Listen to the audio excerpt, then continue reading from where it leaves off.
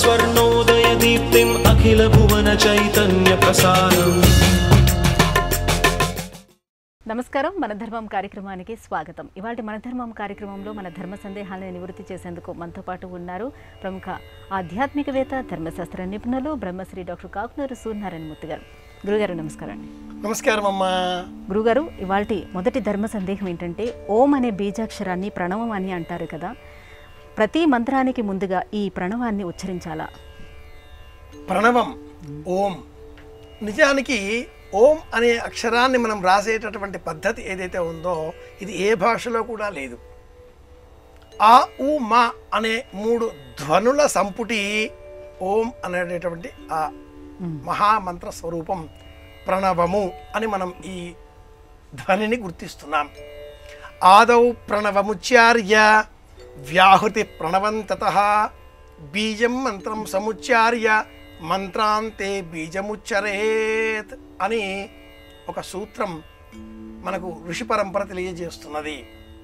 ఆదౌ ప్రణవముచ్చార్య, ముందుగా ఓం అని చెప్పాలి. నామాన్ని మనం ఉచ్చరించేటటువంటి సమయంలో ఓం రామాయ నమః, ఓం రామభద్రాయ నమః, ఓం రాజీవలోచనాయ నమః, ఓం శ్రీమతే నమః, ఇలా నామానికంటే ముందు ప్రణవాన్ని ఉచ్చరిస్తే ఆ నామము ఈ ప్రణవంతో చేరడంతో మహామంత్రంగా మారుతుంది. నమశివాయ అనే పంచాక్షరికి ఓం చేర్చిన ఎడల ప్రణవంతో కూడుకున్నది మహామంత్రం. ఓం లేని ఎడల శుద్ధ పంచాక్షరి నమశివాయ. ఈ క్రమంలో ఏ మంత్రమైనా ఓం అనే అక్షరం చేరడంతో అది మహామంత్రమై సమస్త లౌకిక ధర్మాలను పరిపూర్ణం చేస్తుంది. అయితే సర్వసంగ పరిత్యాగులు, పీఠాధిపతులు, మతాధికారులు, ధర్మ ప్రవర్తకులు కేవలం ఓం అనేటటువంటి ప్రణవాన్ని మాత్రమే ఉచ్చరిస్తారు. ఆ తదుపరి వారు ఏ మంత్రాన్ని స్వీకరించరు. ఓం గణపతయే నమః, ఓం శ్రీమాత్రే నమః, ఓం రామాయ నమః, ఓం నమః శివాయ, ఓం నమో నారాయణాయ, ఇవన్నీ లౌకికంగా, సాంసారికంగా, భౌతికంగా అవి కావాలి ఇవి కావాలి అనేటటువంటి సంకల్పాలతో, కామ్యక కోరికలతో ఉండేటటువంటి మనము, నిత్య నైమిత్తిక కామ్యకాది కర్మలు చేసేటటువంటి మనము ఓం అనే బీజాక్షరంతో మంత్రాన్ని చెబుతూ ఉంటాం ప్రణవంతో. పీఠాధిపతులకు, మతాధికారులకు లోకంతో సంబంధం లేదు.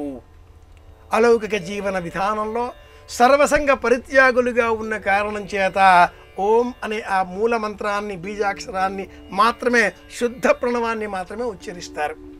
ఓం అనబడేటటువంటి ఈ అక్షరానికి ఆదౌ ప్రణవముచ్చార్య అని ఎలా చెబుతామో, వేదాంతేజ ప్రతిష్ఠిత అనే మాట కూడా ఉంది. వేదాంతం చివర కూడా ఓం అనే ధ్వనే ఉంటుంది. అలాగే వేదారంభంలో కూడా ఓం అనే శబ్దమే ఉంటుంది.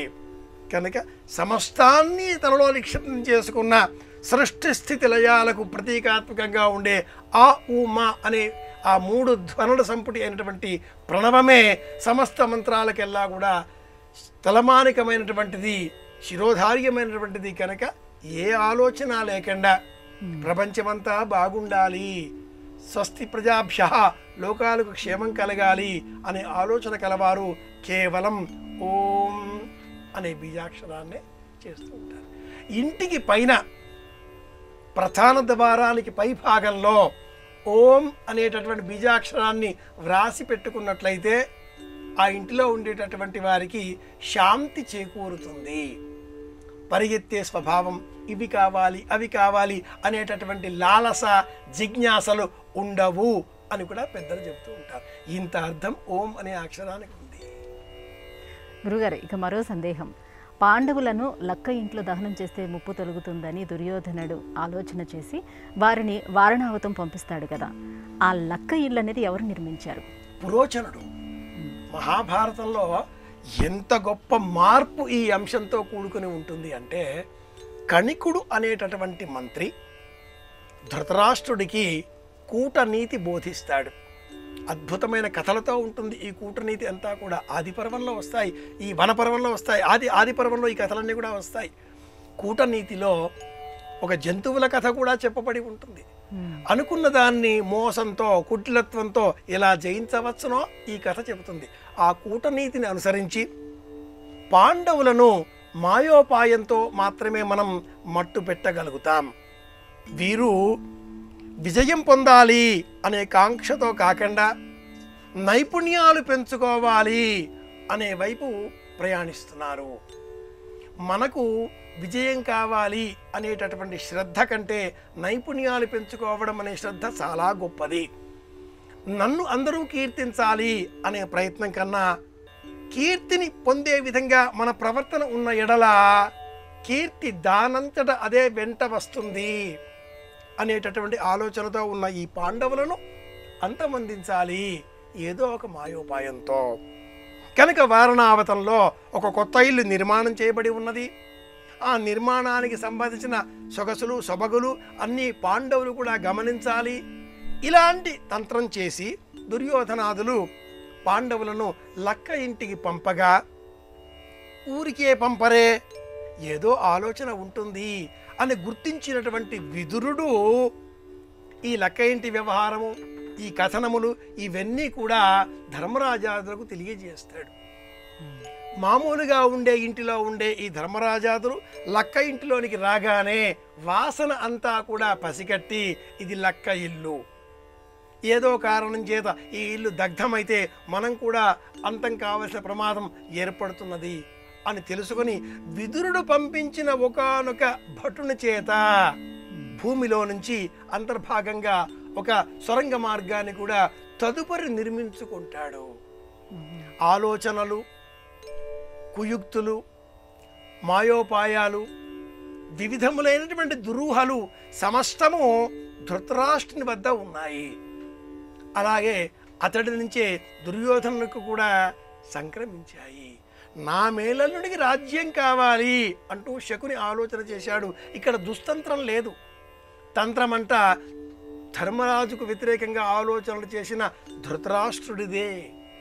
కొన్ని సందర్భాలలో ఈ ధృతరాష్ట్రుడు విదురునితో ఏ విధంగా కూడా సంప్రదింపులు చేయక తనకు తోచినట్లుగా తాను చేస్తూ వెళతాడు. ఫలితం పరమాత్మ సంకల్పానికి వ్యతిరేకంగా ఉండవచ్చు కాక, కానీ ఈ వారణావత కథనం, పురోచనుడి నిర్మాణం ఇదంతా కూడా దుస్తంత్రం, పురోచనుడు అని చెప్పుకోవాలి. గురుగారు, ఇక మరో సందేహం, జపం అంటే ఏమిటి? జపం చేసేటప్పుడు జపమాల లేకుండా చేస్తే ఫలితం దక్కదంటారా? జపం చాలా విశేషమైనది, మనకు బలాన్ని అందించేది అవుతుంది. ఎలాంటిది ఈ జపం అంటే, జపమాల పుచ్చుకొని ఏదో ఒక నామాన్ని శ్రీరామ శ్రీరామ శ్రీరామ 24 గంటలు జపం చేయవచ్చును. అజప జపం అన్న పేరిట ఏ విధమైన సంకల్పం లేకుండా లోకానికి మేలు కలగాలి 1440 నిమిషాల సేపు ఎప్పుడూ కూడా లోకా సమస్తాః సుఖినో భవంతు, రామాయ నమః, గణపతయే నమః, అలాగే ఏదో ఒక దైవనామాన్ని నమశివాయ, ఓం నమో నారాయణాయ, ఓం నమో భగవతే వాసుదేవాయ, శ్రీకృష్ణ శరణం మమ, కృష్ణం వందే జగద్గురుం, దుం దుర్గాయే నమః, శ్రీమాత్రే నమః, ఏదో ఒక దైవనామాన్ని నిరంతరం మనసులో స్మరిస్తూ ఉండడం అజప జపం అన్న పేరిట ప్రసిద్ధం. అసలు జపం అంటే ఏమిటి? చకారో జన్మ విచ్ఛేద, పకార పాపనాశక, జన్మ పాప వినాశిత్వాత్ జప ఇత్యభిధీయతే అని ఈ పదానికి ఒక ప్రామాణికమైనటువంటి వ్యుత్పత్తి అర్థంగా ప్రాచీనులు ఒక శ్లోక రూపంలో అందించి ఉన్నారు. జన్మ జన్మన పాపములను తొలగించేది జపం అవుతుంది. జపం చేసే సమయంలో జపమాలికను చేతబుచ్చుకొని అందులో తులసి పూసలు ఉండవచ్చును, మణులు ఉండవచ్చును, ముత్యములు ఉండవచ్చును, పగడములు ఉండవచ్చును, వివిధములైన రత్నములు ఉండవచ్చును గాక ఆ రత్నమును లోన వేసుకొని జపం చేయడం. జపమాల ఎప్పుడూ కూడా చూపుడు వేలు పై భాగంలో ఉండాలి, అలాగే మధ్యవేలి పై భాగంలో ఉండాలి, ఉంగరం వేలి పై భాగంలో ఉండాలి. ఇలా వివిధములైన వేళ్లపైన ఉండే క్రమంలో కూడా ఫలితాంశాలు వేరుగా ఉంటాయి. జపమాల ఎల్లప్పుడూ మధ్య వేలు శనికి సంబంధించిన వేలు పైన ఉండాలి.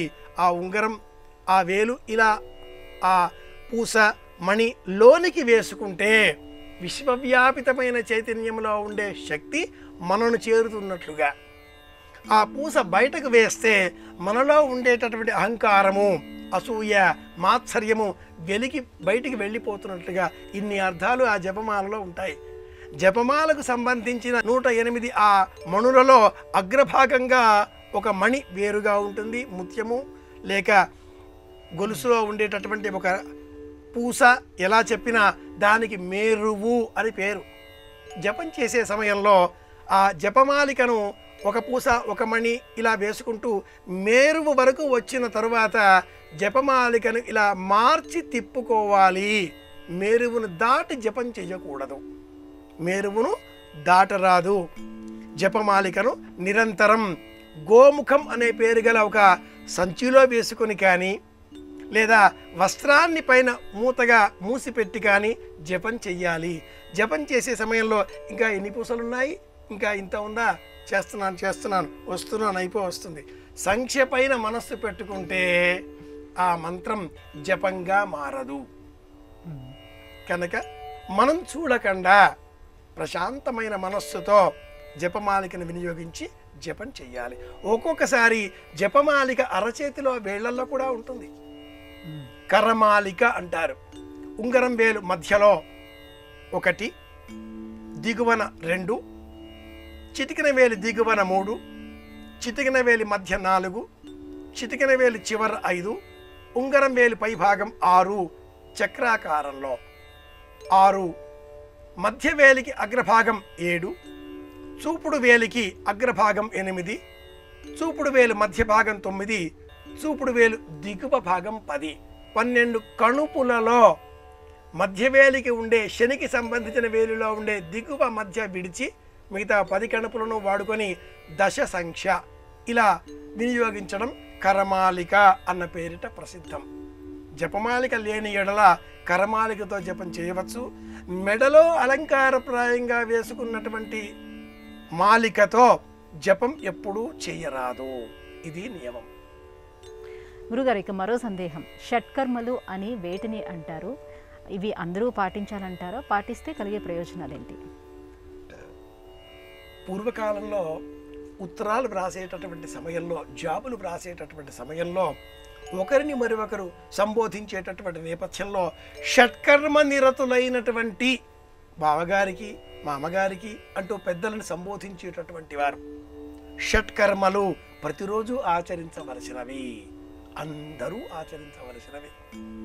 స్నానం, సంధ్యా, జపో, హోమో, దేవతానాంచ పూజనం, ఆతిథ్యం వైశ్వదేవంచ షట్కర్మాణి దినే దినే అని శాస్త్ర ప్రమాణం. స్నాన సంధ్య ఇది ఒకటే, జపో హోమో 2, 3, దేవతానాంచ పూజనం 4, ఆతిథ్యం 5, వైశ్వదేవంచ 6. ఈ 6ంటిని ప్రతిరోజు ప్రతి వ్యక్తి అనుసరించాలి అంటుంది ధర్మశాస్త్రం. స్నాన సంధ్య, స్నానం చేసే సమయంలోనే సంధ్య. సంధ్య అంటే విడిగా చేసేటటువంటి క్రియాకలాపం అని మనం చేస్తున్నప్పటికీ స్నానం చేసే సమయంలోనే సంకల్పపూర్వకంగా గోవిందేతి సదా స్నానం, గోవిందేతి సదా జపం, గోవిందేతి సదా ధ్యానం, సదా శ్రీ గోవింద కీర్తనం, గోవింద గోవింద గోవింద. భగవద్ధ్యాన తత్పరతతో మనం చేసే ప్రతి పని కూడా ప్రపంచానికి మేలు కలిగించే విధంగా పరోక్ష జ్ఞానంతో కూడుకుని ఉండేదిగా ఉండాలి. కనుక స్నానం చేసే సమయంలో కూడా గోవిందేతి సదా స్నానం, అదే సంధ్యాక్రియ. అలాగే జపోహోమో, జపం చెయ్యాలి. హోమం చెయ్యాలి అంటే సమిధలు పెట్టి కర్రలు వేసి మంట పెట్టడం మాత్రమే అని కాదు సుమా. గ్రంథాన్ని చదవడం హోమం, జీవజాలానికి ఆహారాన్ని అందించడం హోమం, పశుపక్ష్యాదులకు ఆహారం అందించాలి, నీరు అందించాలి, హోమం. ఇవన్నీ కూడా పంచయజ్ఞములు అన్న పేరిట ప్రసిద్ధం. ఇవి షట్కర్మలు. ధర్మపూర్వకంగా జీవితాన్ని ఆరంభం చేయడం, అన్నింటికీ అందరికీ ప్రసాద రూపంలో, పదార్థ రూపంలో ఆహార పదార్థాలు అందే విధంగా మన ప్రవర్తన మార్చుకోవడం, అందరికీ మేలు కలగాలి అనే ఆలోచన చేయడం, అతిథికి ఆహారాన్ని అందించడం, అంతా మనమే తినకుండా అందరికీ అందించే విధంగా జీవితాన్ని మార్చుకోవడం, ఇవి షట్కర్మలు. పొరపాటుగా కూడా ఇతరులకు హాని కలిగించే విధంగా, గ్లాని కలిగించే విధంగా, దుఃఖం కలిగించే విధంగా వాక్కు పారుష్యం కూడదు. ప్రశాంతంగా మాట్లాడదాం, నవ్వుతూ జీవితాన్ని గడిపేద్దాం, నవ్వులాట కాకుండా చూసుకుందాం, అందరి క్షేమాన్ని కోరదాం. ఇదే కదా ఎవరైనా కోరుకునేది. జీవితాన్ని ఇలా షట్కర్మలుగా మార్చుకుంటే మన ఉనికిని అందరూ ఇష్టపడతారు, మన మంచి కోరే వారి సంఖ్యను మనం పెంచుకుంటాం. షట్కర్మలు అంటే మన మంచి కోరే వారి సంఖ్యను పెంచుకోవడమే. ఇవి షట్కర్మలు. గురుగారు, ఇక మరో సందేహం. బుధ రవిలు కలిసి ఉండేటప్పుడు విద్య బాగా వస్తుందని జ్యోతిష శాస్త్ర ప్రకారం చెప్తూ ఉంటారు. బుధ రవిలు ఏ రకంగా కలిసి ఉంటారు? సంచార గతులలో రవి ఒక్క నెల పాటు ఒక రాశిలో ఉంటాడు. రాశి శిష్య ద్రవిర్మాసం బుధ శుక్ర రవిర్మాసం మాసం మాసార్థత కుజ, ఇలా వాళ్ళకి ప్రమాణాలు ఉన్నాయి. త్రింశన్మాసం శనైశ్చర, 30 నెలలు ఈ శనైశ్చరుడు ఒక రాశిలో సంచారం చేస్తాడు. 2.5 సంవత్సరాల పాటు 30 నెలలు అంటే ఒక రాశిలో ఉంటాడు. కాబట్టి అలాంటివి 3, 7.5, 7.5 సంవత్సరాలు ఇలా చెప్పుకుంటూ ఉంటాం. రవి కానీ బుధుడు కానీ ఒక్క నెల మాట మాత్రమే ఒక్కొక్క రాశిలో సంచారం చేస్తూ ఉంటారు. కనుక ఎవరి జాతక చక్రం కుండలు చూసినా కూడా బుధుడు రవి పక్క పక్కనే ఉంటారు, పక్క పక్క రాశిలోనే ఉంటారు, లేదా ఒకే రాశిలో ఉంటారు. ఈ ఇరువురిలో బుధగ్రహం ముందుగా ఉదయించినట్లయితే చదువు అద్భుతంగా వస్తుంది. ఉదయించడం అంటే ఆ రాశిలో ఉండే 30 డిగ్రీలలో బుధ రాశి అగ్రభాగంలో ఉన్నట్టయితే, ముందుగా ఉదయించినట్లయితే ఆ జాతకుడికి అద్భుతమైన విద్య, ఉన్నత విద్య అంటుంది జ్యోతిష శాస్త్రం. ఇలా బుధుడు రవి కలిసి ఉన్నప్పుడు శాస్త్రం పంచమహాయోగాలలో బుధాదిత్య యోగం అన్న పేరిట నిపుణ యోగం అనే ఒక యోగాన్ని కూడా సూచిస్తుంది. నిపుణ యోగం మిథున రాశిలో, కన్యా రాశిలో ఈ రెండింటిలో బుధుడు రవి కలిసి ఉండగా, బుధుడు ముందుగా ఉదయించినట్లుగా ఒకవేళ మన జాతకం వివరిస్తే మట్టుకు అద్భుతమైన విద్య, మెడిసిన్ చదువుతాడు, ఐఏఎస్ చదువుతాడు, ఐఆర్ఎస్ వస్తుంది. ఇలా ఆయా గ్రహస్థితులను గురించి ఒక ఆలోచన చెబితే ఆ జాతకుడు అందుకే ప్రయత్నం చేయాలి. జాతకంలో ఉంది కదా అంటే వచ్చి పడదు, తెలుసుకొని ప్రయత్నం చేయాలి. ప్రయత్నం చేసేటటువంటి కార్య వ్యగ్రతను, ఆలోచనను రవిగ్రహం అందించగా బుధుడు రవి కలిసి ఉంటే నిపుణ యోగం అనే పేరిట కూడా జ్యోతిషం ఒక ప్రత్యేక యోగంగా వివరిస్తుంది. నైపుణ్యాన్ని ఈనాటి కాలంలో అమ్మాయి ఏ విషయం చెప్పినా కూడా స్కిల్స్ అంటున్నారు. నైపుణ్యాలు, స్కిల్స్ పెంచుకోవాలి. వంట బాగా చేయడం వస్తే కూడా స్కిల్స్, డబ్బు సంపాదించవచ్చు. మాట్లాడడం బాగా వస్తే కూడా స్కిల్, డబ్బు సంపాదించవచ్చు.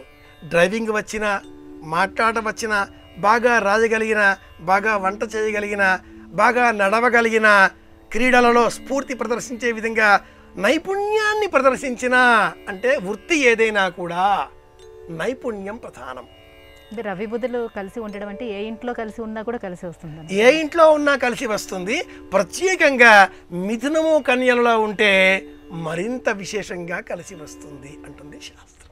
త్రివిధ అవస్థలు అంటే ఏమిటి? జీవుడికి ఈ త్రివిధ అవస్థలను ఏ రకంగా మనం గుర్తించవచ్చు?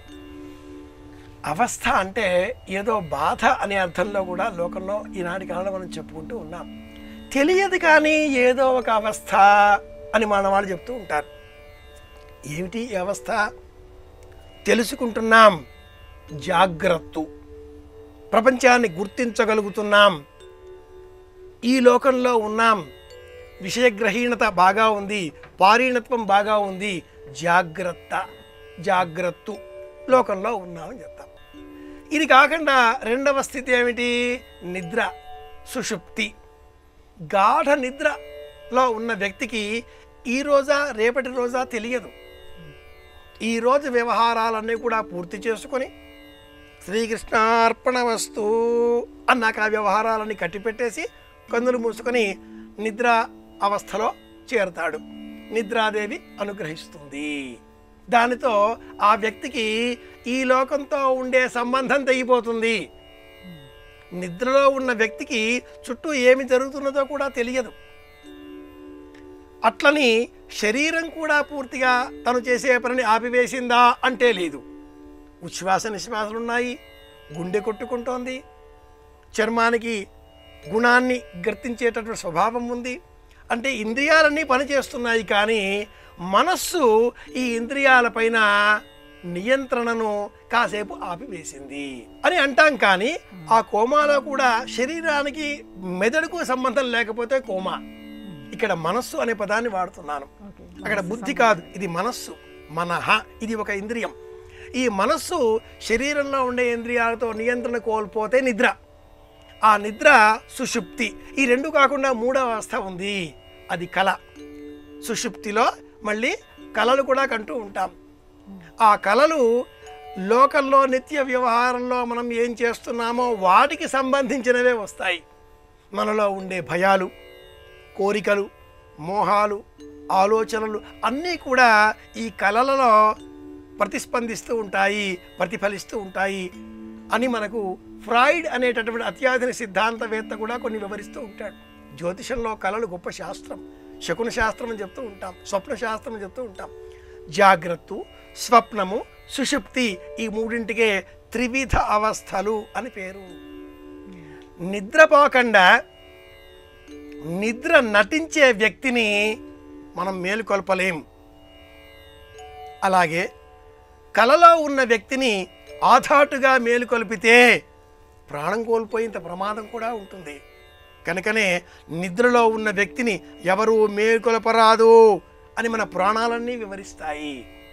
జాగ్రత్తలో ఉన్న వ్యక్తి కూడా నేను జాగ్రత్తగా ఉన్నాను అని మరచిపోయి పరాకు కూడా ఉంటూ ఉంటాడు.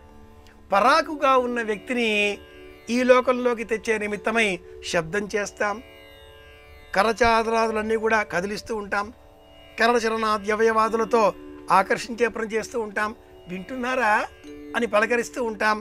ఇవి జాగ్రత్తలో ఉన్నప్పుడు చేయవలసినవి. సుషుప్తి, నిద్ర ఈ అవస్థలో ఉన్నప్పుడు చేయకూడదు. త్రివిధ అవస్థల గురించి మళ్ళీ మనకు బ్రహ్మసూత్రాలే వివరిస్తాయి. జీవుడు ఈ త్రివిధ అవస్థలను తాను భరిస్తాడు. ఈశ్వరునకు ఈ త్రివిధ అవస్థలు లేవు అని మనకు బ్రహ్మసూత్రాలు వివరిస్తాయి. త్రివిధ అవస్థలంటే ఇవి. మరికొంతమంది ఈనాటి కాలంలో శరీరం బాడీ ప్రజెంట్, మైండ్ ఆబ్సెంట్ అంటూ ఉంటాం. ఉంటారు, చూస్తుంటారు, విన్నట్టుగా నటిస్తుంటారు, చేస్తూ ఉంటారు అని అంటూ ఉంటారు, టారు అంటూ ఉంటాం. అలాంటి వాళ్ళ గురించి మనమేం చెప్పలేం. కానీ మనస్సుకు సంబంధించినటువంటి ఈ త్రివిధ అవస్థల గురించిన జ్ఞానం కలవారికి తప్పక వేదాంత దర్శనం అవుతుంది. ధర్మం అంటే ఏమిటో తెలిసి వస్తుంది. గురుగారు, మరి స్పర్శ అంటే ఏమిటి? వైశేషిక దర్శనంలో ఈ గుణాన్ని మనం ఎలా గుర్తించాలి? వైశేషికం అది దర్శన శాస్త్రాల్లో ఒక దర్శనం. ముఖ్యంగా కణాదుడు అందించినటువంటి నిరీశ్వర దర్శనాలలో ఒకటి. ఈ దర్శనంలో 6 ప్రధానమైన మార్గాలు ఉంటాయి. అందులో గుణాలలో ఒకటి స్పర్శ. గుణాలు 17 అని మనకు ఈ దర్శన శాస్త్రం వివరిస్తుంది. ప్రధానమైన 6 విశేషము, సామాన్యము, సమవాయము, సమవాయము అనే 6వది అణువు అనే సిద్ధాంతాన్ని వివరిస్తుంది. శరీరం ఏర్పడుతుంది అణువుల ద్వారా, శరీరం నశించిపోతున్నది అణు విచ్ఛేదం ద్వారా, సమస్త ప్రపంచం జగత్తు అంతా కూడా అణువులతో ఏర్పడి ఉన్నది అని గ్రహించిన వాడు కణాదుడు. ఆ సిద్ధాంతం వైశేషికం. ఇందులో గుణాల గురించి వివరిస్తూ ఇవి 17 అని చెబుతూ, రంగు ఒకటి. ఒక పదార్థాన్ని మనం ఎలా గుర్తుపడుతున్నాం? రంగు ద్వారా. రెండవది రుచి ద్వారా. మూడవది వాసన ద్వారా. ఈ 3 కాకుండా 4వది స్పర్శ. ఒక వ్యక్తిని మరి ఒక వ్యక్తి తాకడంలో ఆ వ్యక్తి యొక్క గుణగణాలన్నీ ఈ వ్యక్తి తెలుసుకుంటాడు. తాకడంలో మన ధర్మం అందుకే షేకింగ్ హ్యాండ్స్, కరచాలనాన్ని నిషేధించింది. ఏ ఇరువురు కూడా ఇలా కరచాలనం చేయరాదు, నమస్కరించాలి. ఒక వ్యక్తిని మరి ఒక వ్యక్తి ఏ కారణం చేత తాకినా ఆ వ్యక్తి మనసులో ఉండే ఆలోచనలు ఈ వ్యక్తికి తెలుస్తాయి. తాకడం అంటే మళ్ళీ ఇక్కడ ఈ స్పర్శ రెండు విధాలు. ఒకటి ప్రత్యక్షంగా, రెండు చూపుల ద్వారా. ఒక వ్యక్తి మరొక వ్యక్తిని చూచే చూపులో ఈ వ్యక్తి నమ్మదగ్గవాడా, నమ్మదగనివాడా, దుర్మార్గుడా, మంచివాడా, మనసులో ఒకటి పెట్టుకొని బయటకు మరొకటి మాట్లాడుతున్నాడా, అసలు ఏం ఆలోచిస్తున్నాడు, ఇవన్నీ కూడా కంటి చూపులతో మనం గుర్తించవచ్చు అని చెప్పేది వైశేషికం. ఈ శాస్త్రములో 6 అధ్యాయాలలో ప్రధానంగా 2వ అధ్యాయములో 4వది స్పర్శగా ఉండే ఈ గుణాలలో 6 అధ్యాయాలలో 2వది అయిన గుణ విభాగంలో 17టిలో 4వది అయిన ఈ స్పర్శ ఎంత విషయాన్ని చెబుతుందో. కన్నులు లేవు ఒక వ్యక్తికి, కానీ స్పర్శ ద్వారా ఆ జ్ఞానం విలువ ఎంతో గుర్తిస్తాడు. కన్నులు ఉన్నా కూడా మనం ఎదురుగా ఉన్నాయి, వెనక కన్నులు లేవు. అయినా ఎవరైనా వెనక నిలబడి మనల్ని తదేక దీక్షతో చూస్తూ ఉంటే ఒక్కసారి వెనక్కి తిరిగి ఏం కావాలి, ఏం పని, ఎందుకు చూస్తున్నావు అని అడుగుతామా లేదా? అంటే ఒళ్ళంతా కళ్ళే. స్పర్శ అనేది ఇలా ఉంటుంది. కనుక ఇది వైశేషికంలో స్పర్శ చాలా గొప్ప సిద్ధాంతం. గురుగారు, ఇవాళ మన ధర్మం కార్యక్రమంలో మాకు వచ్చినటువంటి ధర్మ సందేహాలన్నీ నివృత్తి చేసినందుకు ధన్యవాదాలు. కృష్ణార్పణం. ఇది ఇవాళ మన ధర్మం కార్యక్రమం. రేపటి మన ధర్మం కార్యక్రమంలో మళ్ళీ కలుసుకుందాం. నమస్కారం. ఈ కార్యక్రమాన్ని తిరిగి చూడాలనుకుంటే www.youtube.com/@ETV Life Spiritual లో చూడవచ్చు.